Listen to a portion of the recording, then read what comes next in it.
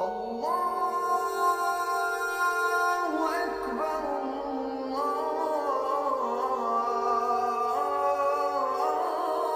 الله أكبر. Welcome to Week 5 of Understanding Islam, Series 4, The Bearers of the Final Message. This week we're going to be looking at the theological schools in Islam and the theologians that founded them. We have to begin with the premise that if you think that human beings are rational, reasonable people, that they're capable of thinking and discussing things, then you have to accept that theology is going to be a necessary part of Islam, because we are thinking human beings, and therefore we're going to try and reason out and articulate what it is we believe. So trying to express what you believe is what we call theology. Trying to express it in different systems, in different philosophies, in different ways of speech, these are the jobs, these are the work of the theologians. So we're going to look at some of these theologians today. The first question that Muslims have to deal with is, God is all-powerful. If God is so all-powerful, how can I be responsible for my actions? Is it not that God actually compels me to do things? So there were some early Muslim theologians who said, life is like living out the script of a play. It's all written for you. You have no freedom. God compels you to do it in this way. Now, not surprisingly, other thinking people said, wait a minute, you can't do that, because then there's no human accountability. You can't blame me if it was all written for me in advance. So then we get the start of another school, and this school says that all human beings are totally free. Totally free, therefore we are totally responsible for all our actions. This means that I am accountable to God, and you can see by my life what kind of person I am. You can judge my faith according to the way that I live and act. Now, this is dangerous, because as soon as human beings start on the principle that they are capable of judging other human beings, not just God, then you get ultimate tribunals of human beings. So we had some people saying, we are capable of judging whether you believe or not. Whatever you say, we can judge by your actions. And if you say you do believe, but by your actions we can see that you don't, well, then you're a liar and a hypocrite. And what's more, some went as far as saying, we should execute you to stop you polluting the rest of the community. Now, the thing about theology is that there's nearly always a sort of give and take. There's one position is taken, and then another group comes along and takes an opposite position, or they pull back from the extreme positions. So then the majority said, wait a minute, you can't say that human beings can stand in ultimate judgment on other human beings, because that right is reserved for God alone, because only God knows the human heart. Now, there's an important hadith of the Prophet here, when he had sent off a group of men to chase off a raiding party, and when the leader came back, he said, make your report. And the leader said, well, we chased them, we fought them off, they left, and so on. And the leader then jumped down off his camel, threw himself on the floor, and made the shahada and said that he believed. But we knew he was a liar anyway, so we killed him.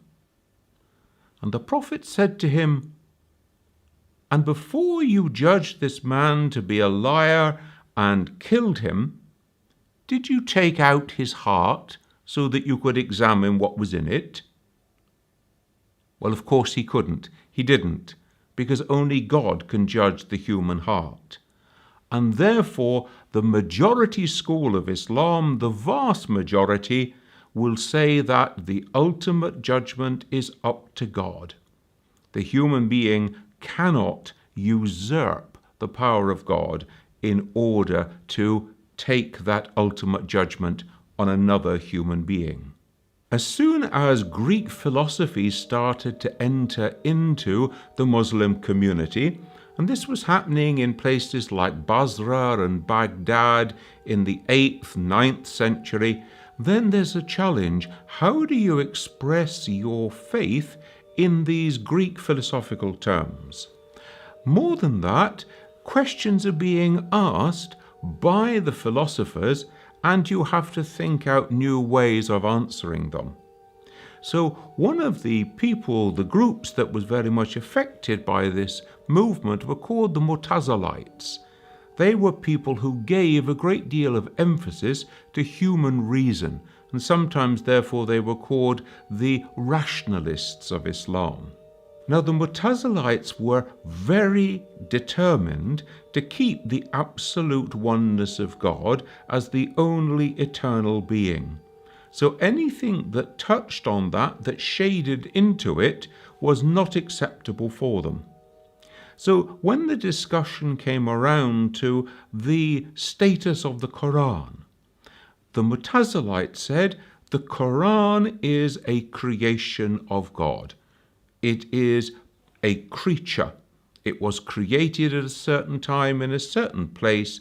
Therefore, it is not eternal like God. Because if you say the Quran is eternal, then you can end up in a position of having two eternal beings, God and the Quran. So the Mu'tazilite position was to say that there is only God, everything else is a creation of God. And then they reacted very strongly against people who gave God any kind of human attribute. You see, there are verses in the Quran that talk about God seeing, about God sitting on the throne, about God's hands. Well, what does it mean then to say God has a hand or God has hands? The Mu'tazilites said these must be understood metaphorically. So the hand of God, this means the power of God, the grace of God. God is a spirit being. God does not have hands as we know them. We can't speak of God in this way. So they wanted to take out all human references when speaking about God. The next important point that the Mu'tazilites wanted to stress was the justice of God. God is just. God is truthful. God has said that wrongdoing will be punished. There will be judgment. God is just. Now, they gave a little story here by way of example. If there are two people, person A is tempted to commit a sin, gives in and sins. Person B is tempted to commit the same sin, but resists that temptation, struggles against it, and does not commit that sin. Now, if both of them appear before God on the day of judgment, and God is merciful to person A and lets them off the punishment for having committed that sins, well then the Mu'tazilites said God is being unjust to person B, because person B resisted that sin and struggled against it. This led them to say God must judge with justice. So God must judge and reward with justice according to the actions of people. This is problematic, of course, because then you have to say, well, what room is there then for the mercy of God if God must judge by justice? Another important principle of the Mu'tazilites was to say that only God can stand in ultimate judgment over someone. So our reason can tell us that these acts are wrong according to the guidance of God, according to the teaching of the Quran. And therefore we can expect, we can indeed predict, that if you die unrepentant, you will be punished for these actions.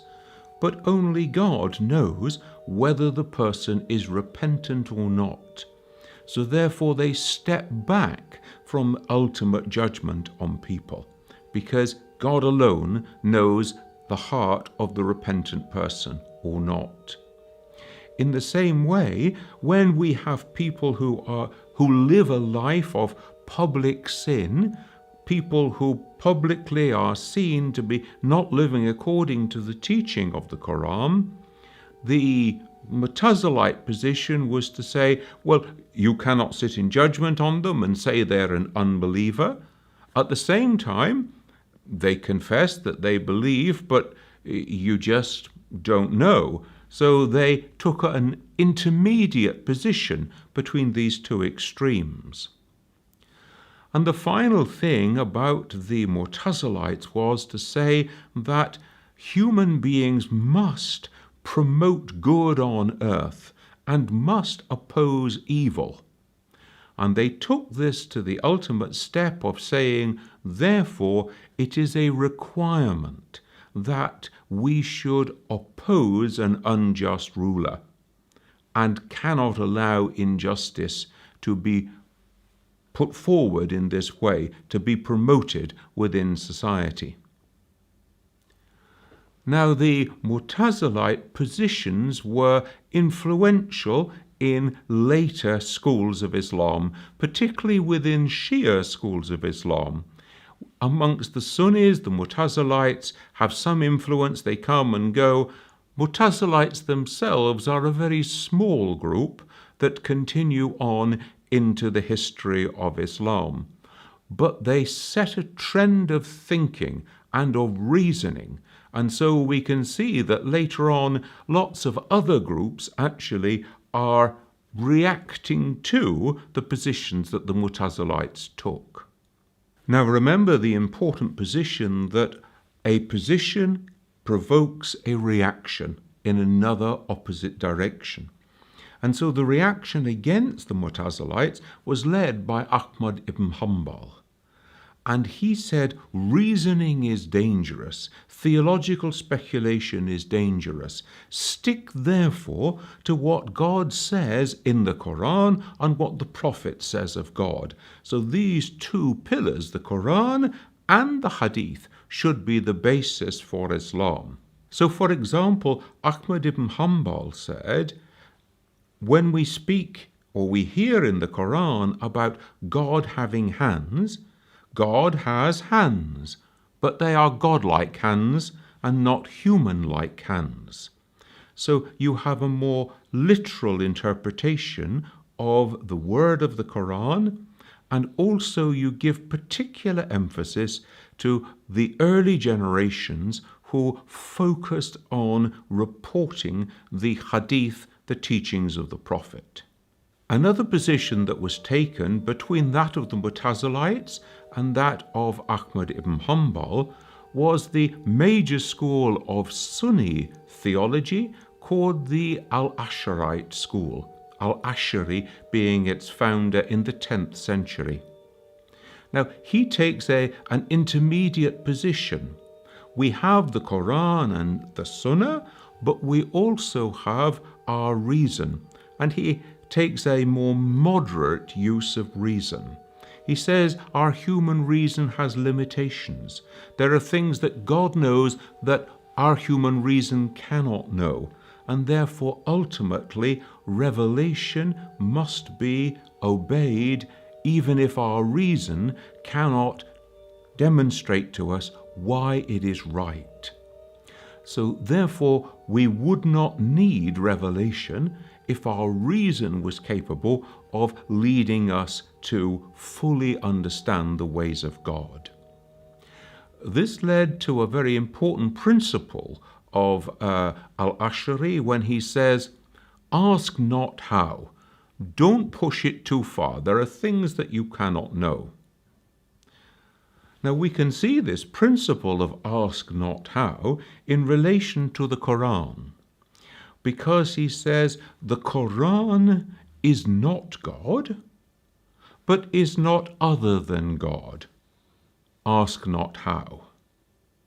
So you can see that he is saying there are limits to human reasoning, and if you are not able to understand, you just submit to the revelation and ask not how this can be.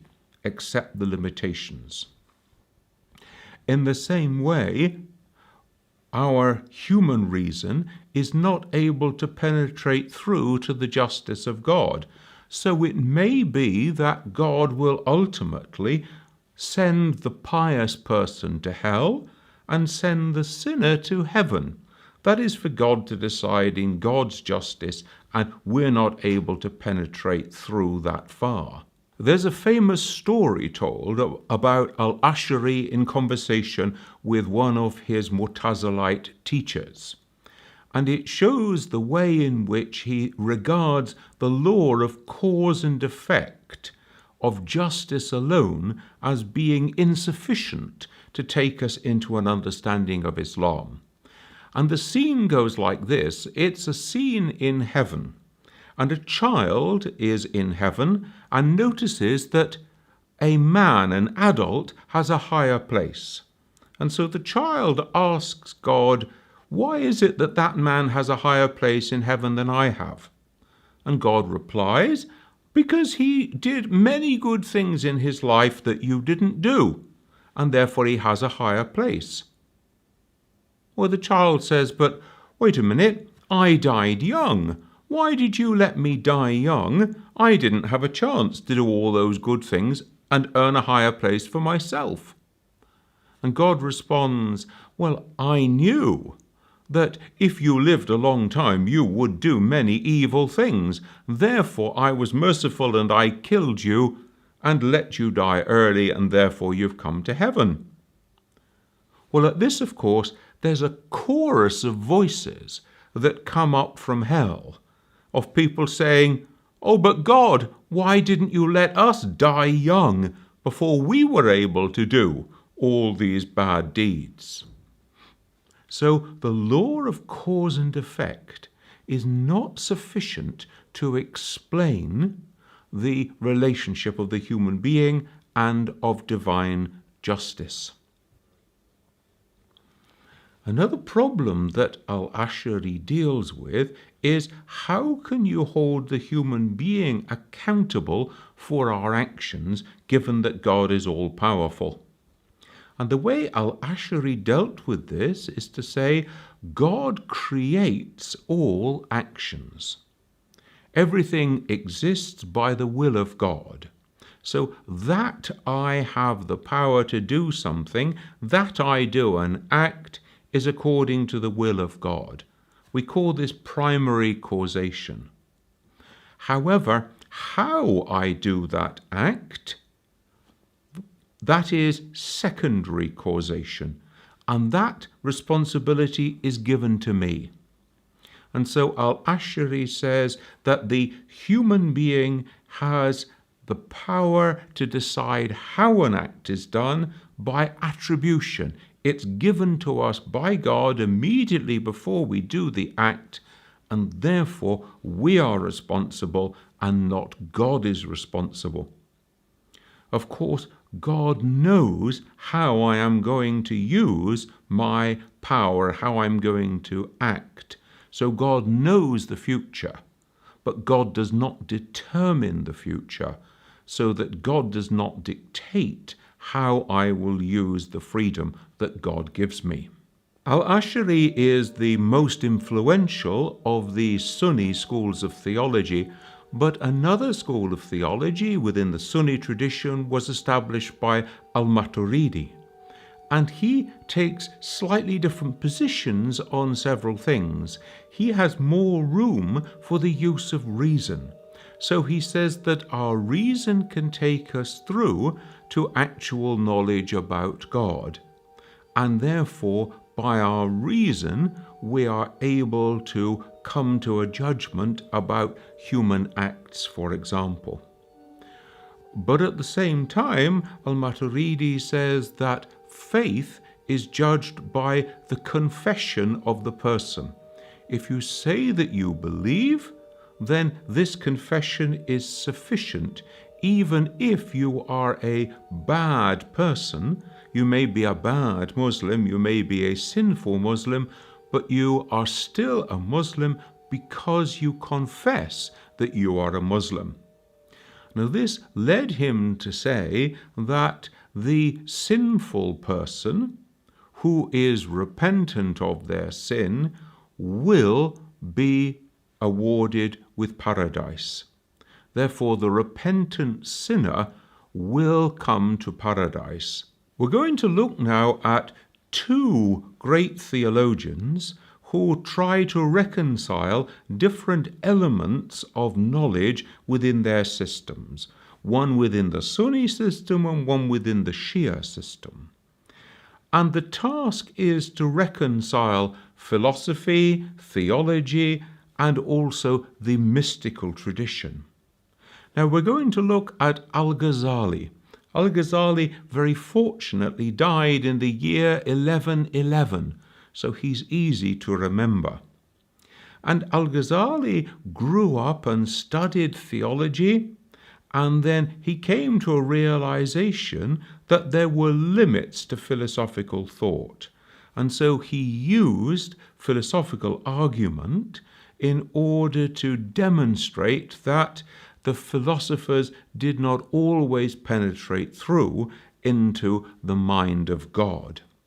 We needed something more. We needed revelation.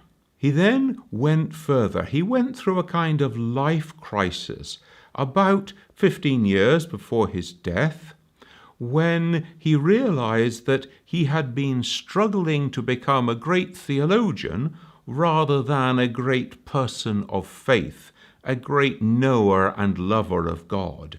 And so he went through a period of his life in which he immersed himself in the mystical practices of Islam. And this led him then, in the last phase of his life, to try to revive the religious sciences, as he calls his famous book, so that he incorporates the theological, philosophical work with mystical experience, so that the human being needs to know not only rationally, but also to experience the relationship with God. A similar movement to that which was developed by Al-Ghazali took place also within the Shia schools of Islam in the 13th century, and here we can bring forward two names particularly who were hugely influential in this process. Al-Tusi, first of all, was a polymath. He was a great philosopher, a great scientist, a great mathematician, a great astrologer. And he brought philosophical thinking to bear in the development and the expression of Islamic faith in the Shia tradition. He's often thought of as being the reviver or the father of the philosophical school of Ibn Sina in the Eastern world. And so he brings this philosophical structure into developing and expressing the faith of Islam. One of his students was Al-Hilli. And Al-Hilli actually is regarded as the founding father of the Usuli school within the Shia tradition, which is the dominant school up to the present day. The Usul are the foundational principles of religious law, of theology, of the study of the Hadith. So he was a great systematizer who brought in the use of reason systematically to work out a methodology for Hadith development and criticism, for developing the principles of jurisprudence and of law, and his works in systematic theology, for example, are still textbooks up to the present time. The last of the theologians that I want to look at today is again coming from the 13th century, Ibn Taymiyyah, from the Sunni schools of thought. And Ibn Taymiyyah reacted against some of the earlier trends that we've seen.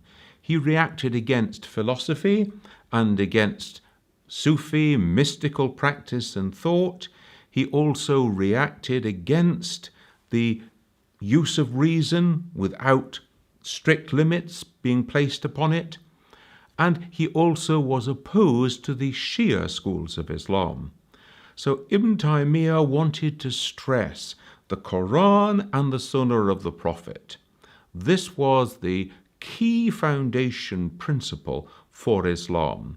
And so he stressed the early generations of Islam who preserved the hadith and the teaching of the Prophet. And then he said that there should be a happy mean with reason, with revelation, with tradition, and with human free will. So these should all be under strict limitations. One of the key things about Ibn Taymiyyah was his stress on the need for political power. State and religion should be in a partnership, he said, and therefore in order to have Islam, Islam needed political power so that the state could pursue the good of the Islamic teaching and principles within society. So Ibn Taymiyyah is often thought of as being one of the influential thinkers behind some of those later developments that come within the Sunni tradition, which are looking at political Islam, those who say that we need an Islamic state in order to promote Islamic teaching within society. That concludes our roundup of the principal theologians and their schools. Join me again next week when we're going to be looking at Islam and other faiths. And just a reminder that you can download an article to go with this and every other talk by going to my own website. And if you've missed any of these programs, they are available to be screened and downloaded from the Ahlulbayt on-demand section of the website. I look forward to seeing you again.